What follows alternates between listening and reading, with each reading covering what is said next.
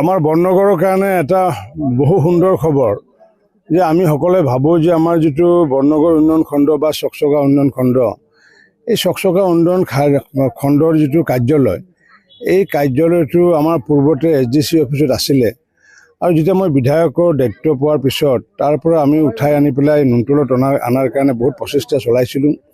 আমাৰ ইয়াৰে ৰাইজৰ, আমাৰ নুনতলা অঞ্চলৰ বৈৰাপুৰ অঞ্চলৰ ৰাইজৰো এখন দাবী সমিতি আছিলে আমাৰ মনমোহন দাস ডাঙৰীয়াৰ নেতৃত্বত, কিন্তু তেওঁলোকে সফল হ'ব পৰা নাছিলে।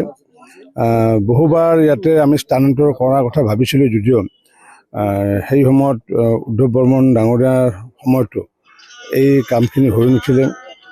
পৰৱৰ্তী সময়তো আমি প্ৰচেষ্টা চলাইছিলোঁ। মই যেতিয়া 2011 পৰা 16 চনত বিধায়ক আছিলোঁ, তেতিয়া এবাৰ অফিচিয়েল নটিফিকেশ্যন হোৱাৰ পিছতো পুনৰ বাতিল কৰিছিলে। তেতিয়া ৰকিবুল হুছেইন ডাঙৰীয়া পঞ্চায়ত মন্ত্ৰী আছিলে। পৰৱৰ্তী সময়ত যেতিয়া ভাৰতীয় জনতা পাৰ্টীৰ নেতৃত্বত চৰকাৰ হোৱাৰ পিছত আমাৰ সংকল্প আছিলে যে আমি 15 আগষ্ট আমি ইয়াৰ পৰা আৰম্ভ কৰিম, যাৰ কাৰণে স্বাধীনতা দিৱস 2016 চনৰ আমি ইয়াতে পতাকা উত্তোলন আমি কৰিছিলোঁ। আৰু সেই সময়ত আমাৰ কল্যাণী দাস ডাঙৰীয়ানী আমাৰ আঞ্চলিক পঞ্চায়তৰ সভানেত্ৰী আছিলে। তাৰপিছত এই ভৱনটোতে, পুৰণা ভৱনটোতে ৰিপেয়াৰিং কৰি পেলাই কাম কাজ চলাই আছিলোঁ। মই 21 চনত মন্ত্ৰীৰ দায়িত্ব পোৱাৰ পিছত দুটা নতুন ব্লকৰ কাৰণে 2 কোটি টকা আবণ্টন দিছিলোঁ। আৰু অকল ব্লকে নহয়, ব্লকৰ লগত BDO কাৰ্যালয়, ইঞ্জিনিয়াৰৰ কাৰ্যালয়কে আদি কৰি 3টা তেওঁলোকৰ মানে বাসগৃহকে আদি কৰি সুন্দৰ ব্যৱস্থাৰে 2 কোটি টকা আমি আবণ্টন কৰিছিলোঁ।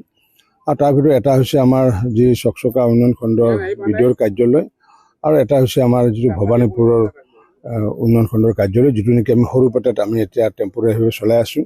গতিকে আজি এই কামটো মই আনুষ্ঠানিকভাৱে আধাৰশিলা স্থাপন কৰি এই কামটো আগন্তুক দিনত নতুন ব্লকত আমি ৰাইজৰ কাম কাজ চলাব পাৰিম।